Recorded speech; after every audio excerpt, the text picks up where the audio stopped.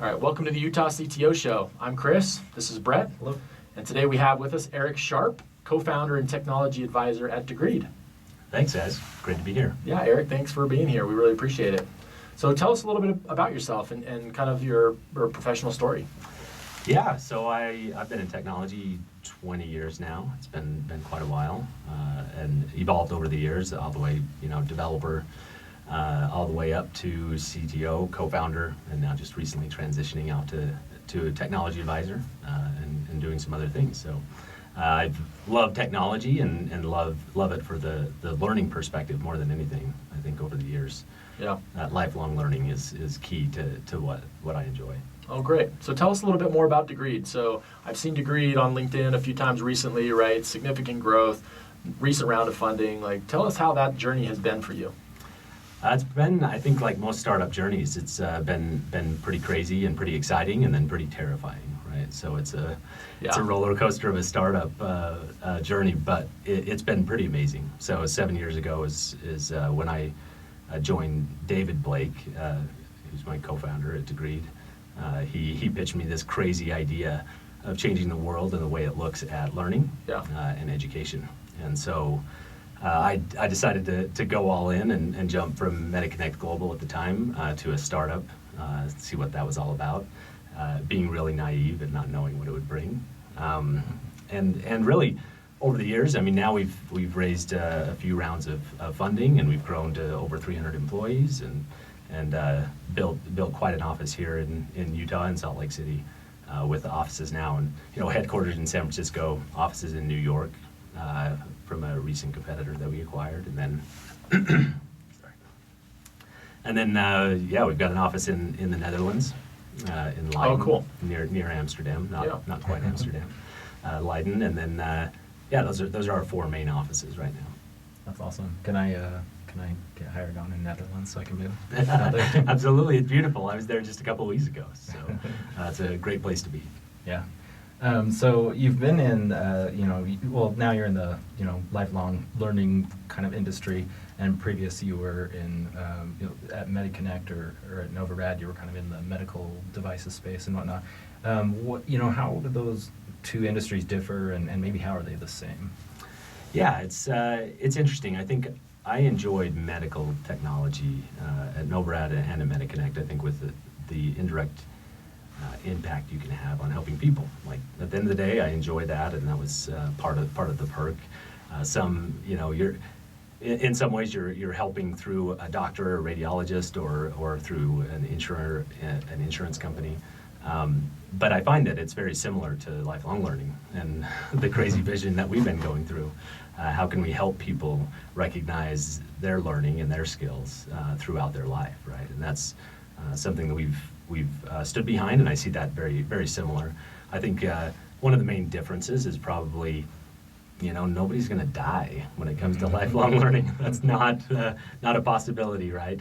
Where with medical, especially radiology software, that's always the worry as you develop and as you manage teams of developers, making sure quality is really high and that it gets out the door to help those people. Yeah, so and you were kind of talking, just going back to your different locations and whatnot. You're not headquartered in Utah. You have a lot of different locations. Where, how's that? Is that difficult managing kind of distributed workforce? It's been pretty amazing, actually. My co-founder, David's in San Francisco. He's a BYU alum, so he has ties here.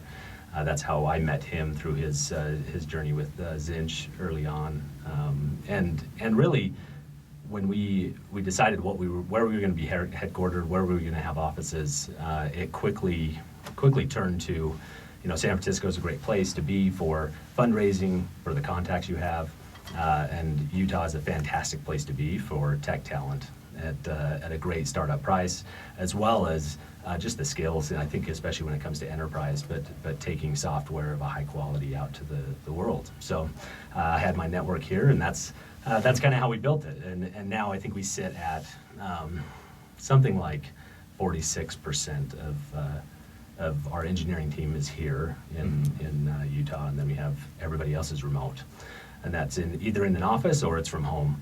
And we believe that flexibility and that yeah, being able to work when you need to, get the job done, and to really contribute to this vision. That's been key to us hiring really good developers, wherever it is. And then we just make sure that up front that they have a good, I guess, a good view into what makes remote working successful. How can you contribute in that environment and still get what you need to out of it? So we do a lot of mentoring and a lot of not just coaching on our tech stack and what they're digging into, but also working with each other from a remote office. I love that, the mentoring and kind of keeping track of everybody in the remote offices, because it's not easy. And I think here in Utah, we've had a lot of CTOs on the show, and we've talked to them just in our networks, and the companies we've been with, like, they just have so many differing views on whether they like remote work or not, right? Some feel like you have to be in the office and we need you all here, and that's how we hack and code together and we grow, and that's culture. Like, there's a lot of elements, right, for people and a lot of reasons why you may want to have that. I think what you guys are doing and thinking of it as a benefit or a blessing or a success, right, that's how you've been able to grow is really interesting at Degreed. Yeah, I think we early on decided that we didn't need to create artificial constraints. We didn't need to have this sense that if we have an office, then we've got to put people in seats inside of that office, right? I think that's one thing that allowed us to grow and scale without a lot of the limits and constraints that a lot of startups have. Yeah. And we had to really go above and beyond in other ways to make sure that we still maintained a culture and that we had strong principles for people to use personally, with each other, with clients, to make sure that they could make decisions on their own, because there wasn't somebody just over, in the next office to talk to. We had Right. to master kind of remote communication, and then as we went global, right, we had to master asynchronous communication across time zones. Time zones, yep. There's a lot of tricky parts to that I don't know that there's a silver bullet, but it's been a pretty exciting journey to get there. So you talk about Degreed being kind of this lifelong learning platform. Tell us a little bit more about that. And the other question related to that is, you mentioned you were pitched in those early days, this like crazy idea. How has that evolved for you at Degreed? Yeah, I would say, some of it, my personal story is very much of a lifelong learner. I mean, it's not classic technology. I grew up in the middle of nowhere. I grew up without running water part of the time in a mobile home. I grew up without any computers. I read code in a magazine that I found, and that was how I first got into code. And then obviously Atari and Nintendo, that's where I got into it. But fortunately, I had a mother who loved to teach. And so she taught me about the rocks out of the desert where we lived. She taught me about the universe and the stars I could see, and that really instilled a curiosity in me. So I taught myself how to program later on, and I enjoyed working with computers. And I think more than anything, I chose technology because I love to learn and forever learn. So when David pitched me, this crazy idea, it was very much like the world only has a specific way to explain your education, and it's all about degrees, and nothing else matters. Everybody ignores it, which for me is really, really unfortunate. If somebody asks you if you're physically fit, and you said, "Hey, I ran a marathon in 1984," that really doesn't have much meaning, right? It doesn't mean anything today, but that's what we do all the time with degrees. When we know that we're learning 20, 40, 60 years in the workforce, there's got to be a better way to account for that, to present that, represent that. And we spend a lot of time growing into a company that can take learners, put them through a consistent experience when it comes to all the best learning content in the world, and then give them a really cool way to decipher and show their skills inside of companies, and then obviously moving up inside of companies.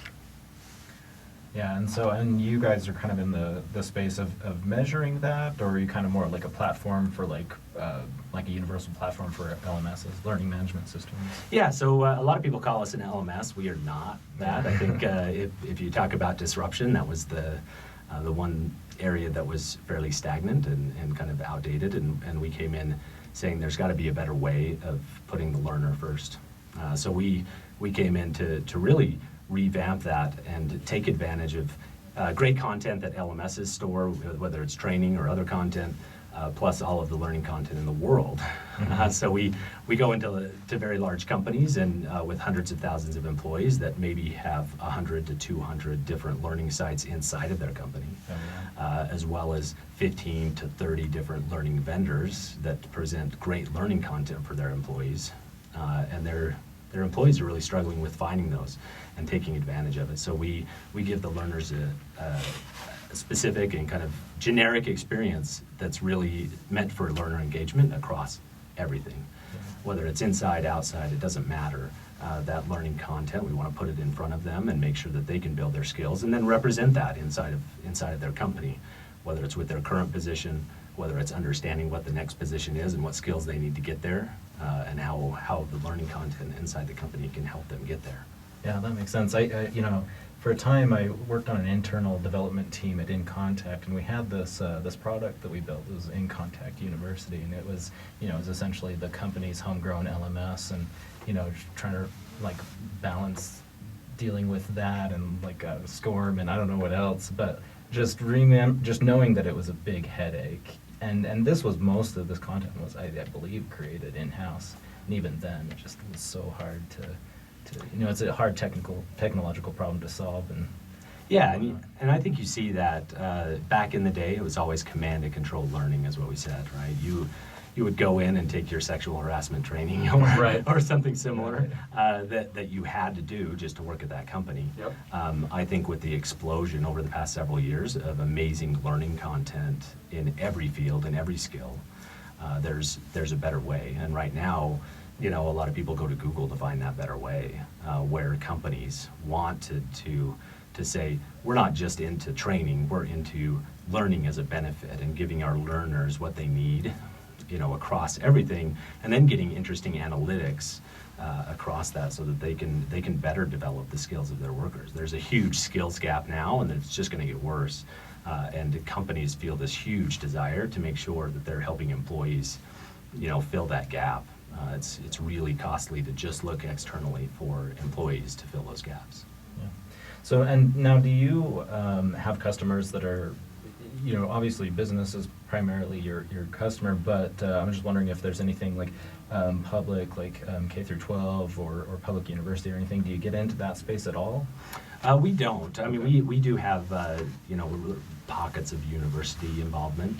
Usually it's a teacher or professor that gets involved there. Yeah. But for the most part, we believe that there's a great ecosystem around that. I was just at EdTechX in Europe and in London speaking, and it was very much that. There's a huge ecosystem across all different levels, and K through 12 is obviously a huge focus there. And we feel like we were best served getting into learners that need to develop skills in the enterprise, but then let them take that learning with them as they move from company to company throughout the course of their life. Yeah, that's an important problem to solve. I think that's great. So you talk a little bit about women who code, and you offer, as you mentioned here earlier, like working from home, working kind of wherever you are, flexible work schedules. Is there anything else that you guys are doing to encourage more women in tech? Yeah, I think so. I think everybody's probably seen that Kat Kennedy has done an amazing job being involved in the Utah tech scene for the past few years. And she early on joined a few months after I did, and we've worked together closely. But we've always had this belief that you get better solutions and to creative solutions to these really hard problems with a really diverse workforce, right? At the end of the day, we wanted to contribute and make sure that was the case, and that we didn't have these constraints for women especially. And we set out early on to make sure we hit a 50-50 gender balance across engineering, for instance, right? Which is crazy and unheard of. And Yeah. I think right now we sit at about 40%. Women, 40% of the engineering are women, and it's amazing to see. But that's through benefits like being able to work from home and have flexibility and bring your newborn on, into bring your newborn into a call, and that's totally fine, right? I think we facilitate and help with that. But I think we also do a lot around making sure everybody understands that you need to call out and you need to have people especially women, speak up. You need to get their perspective in presenting these solutions, and that's been big for us. Yeah, As well. I would imagine, if you have, customers, in theory, 50% of your customer base is going to be women too. And so having engineers on staff to be able to, have that kind of unique point of view that maybe the men wouldn't bring, I think it's fantastic. That's crazy great. though, 40%. Yeah, Like that is- not in a great way, right? Like I don't think I've ever been on a team in engineering or product or in sales, right, that where it was 40-50% women. Like that's a high number. How do you recruit for that? Like how do you I know you mentioned there's a lot of benefits to it, but like tactically, like what are you doing to get these people to apply even? Yeah, I think the first thing everybody has to recognize that it doesn't just happen. Yeah. This is not, especially here in Utah, that it just as organically is not going to happen, right? You have to be deliberate about where you spend money and time in recruiting that pool. And we have spent a lot of time making sure that the pool of candidates is diverse and balanced that way. So we have spent a lot of money looking inside the state, outside the state, and that's one reason remote working has been so key because it's allowed us to look across the nation or the world in some cases to find the best women developers to be part of that pool.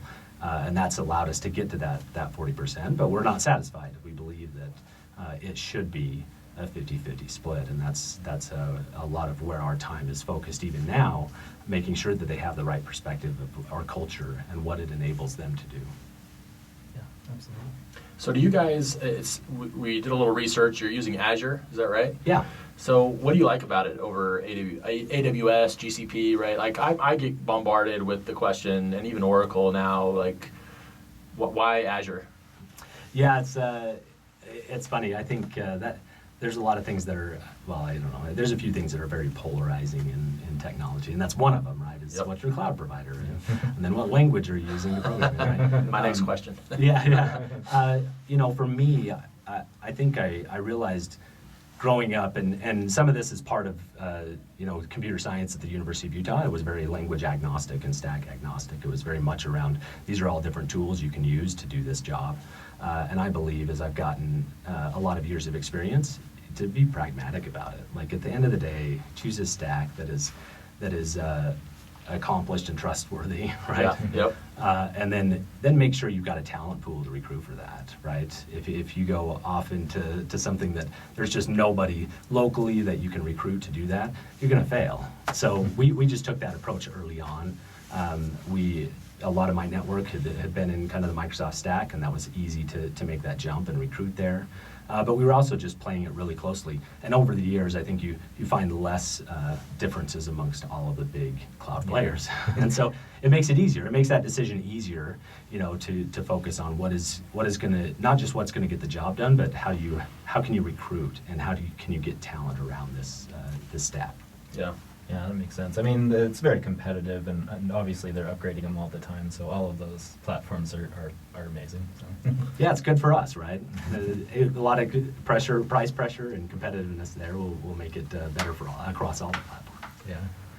So Eric, we thank you for being here with us. This has been a great episode. We love hearing about Degreed and the way that you recruit and the way that you build your team and the culture. It's fantastic to kind of hear how this has grown here in Utah and even in your other locations as you've expanded beyond Silicon Valley. So the last question that I had for you is there a technology out there that like you just can't live without? Is there something that's something you just use every day?